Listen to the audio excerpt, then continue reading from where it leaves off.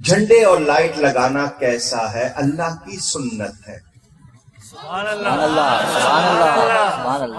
اللہ کی سنت طریقے کو کہتے ہیں. اب وہ پھر اس کو زیادہ کہوگا ہیں ثبوت کہاں لکھا ہے؟ یہی سوال ہوتا ہے نا، کہاں لکھا ہے؟ تمہاری کتابوں میں بھی لکھا ہے.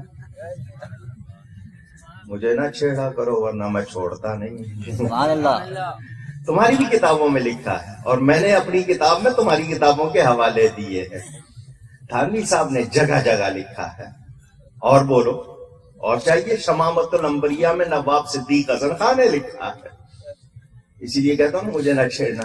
اب کہو گے جی آپ، میں نے کہا اللہ کی سنت، تو یہ بات سن لیں. حضور صلی اللہ علیہ وسلم کی والدہ ماجدہ فرماتی ہے جب حضور کی ولادت کا وقت آیا میں نے 3 چیزیں دیکھی.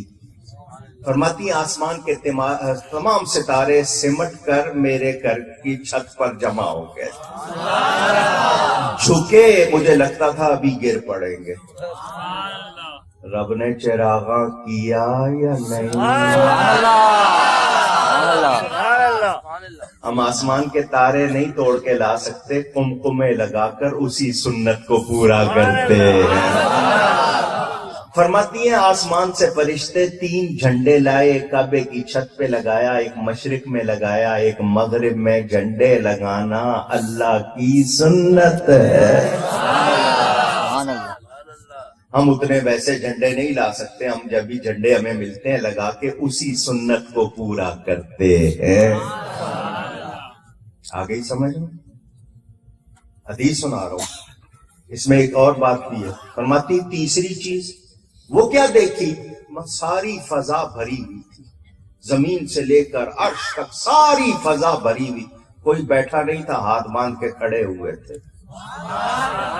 فرشتے تھے. کون تھے؟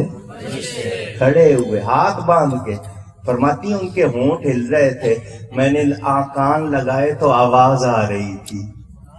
فرشتوں کی سلامی دینے والی فوج گاتی تھی.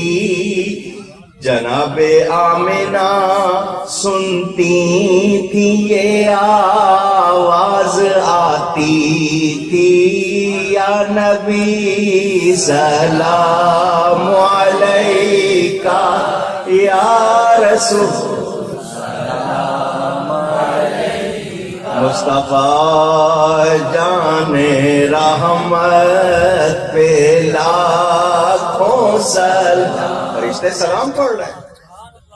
سلام اے آمنہ کے لال، اے محبوب سبحانی. سلام اے فخر موجودات، فخر نوع انسانی.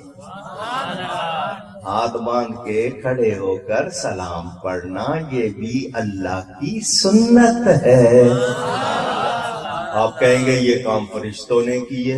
آپ کہہ رہے ہیں اللہ کی سنت تو قرآن کہہ رہا ہے فرشتے وہی کرتے ہیں جس کا ان کو حکم دیا جاتا ہے، اپنی مرضی سے کچھ کرتے نہیں. تو میں نے یہ بھی ثبوت دے دیا.